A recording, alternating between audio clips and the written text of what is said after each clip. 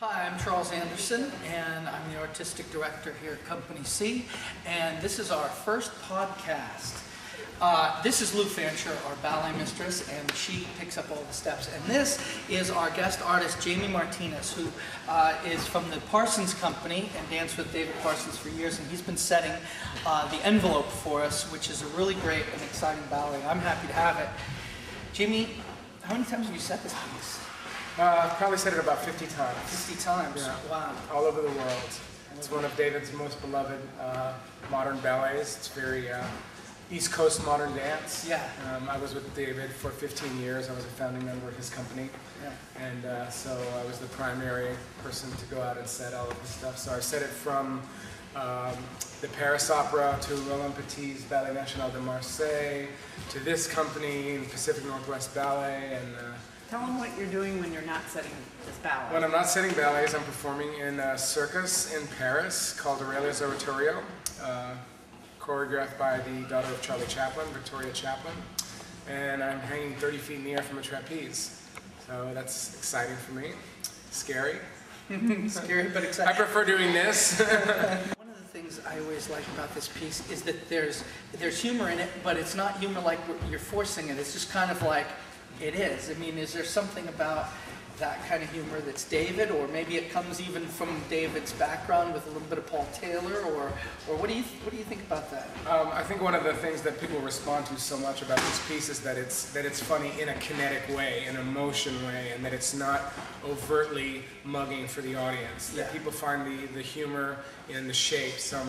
This particular piece, speaking about Paul Taylor that David danced with for 9 years, it's got a lot of really clean, strange lines. For instance, a lot of arms are held in very strange ways, sort of like this. And as you see more than one person stacking up in shapes like that, it becomes very humorous.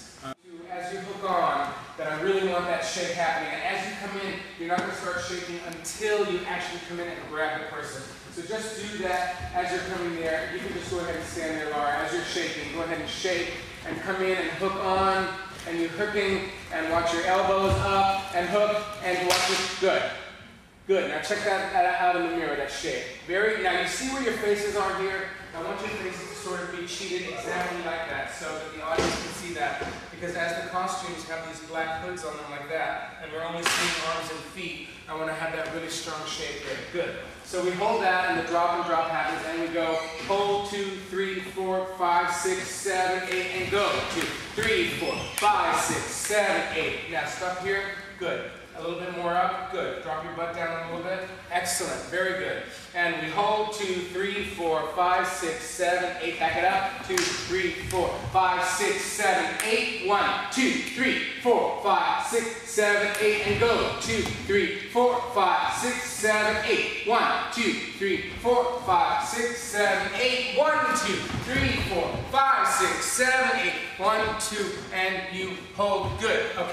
You know what I think is important is as much technology as we get and we can watch videos of the work, the thing is that you have to have somebody like Jamie who's lived it, you know, to really understand it, you know, and I think that's what's really great about bringing these people in from all over the world, and, you know, then our dancers get to live it, you know, and then it's passed on, and I think that's something about our art that is unlike, you know, an orchestra that can just read it off the page, and that note is that note, but there's something more that we're going for in all of this stuff, and that's what's great about having you here, especially since we dance in ballet technique so much, you know, really having somebody that's lived the other stuff, right? Oh, very much so.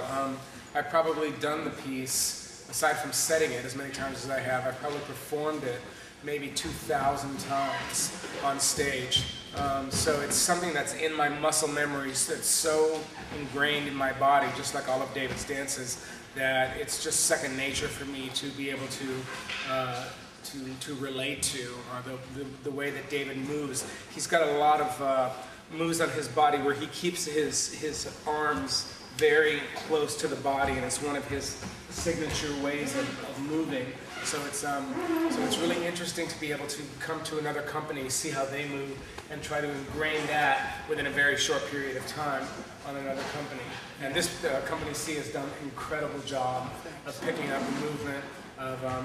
It's asking a lot. It's always asking dancers a lot to pick up movement in setting a piece, a 12-minute piece, in 2.5 days, and from there cleaning it and rehearsing it.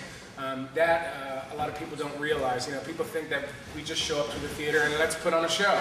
Right. They don't realize that we're working 5 hours a day, every single day, and we're trying to get this stuff in our muscle memory.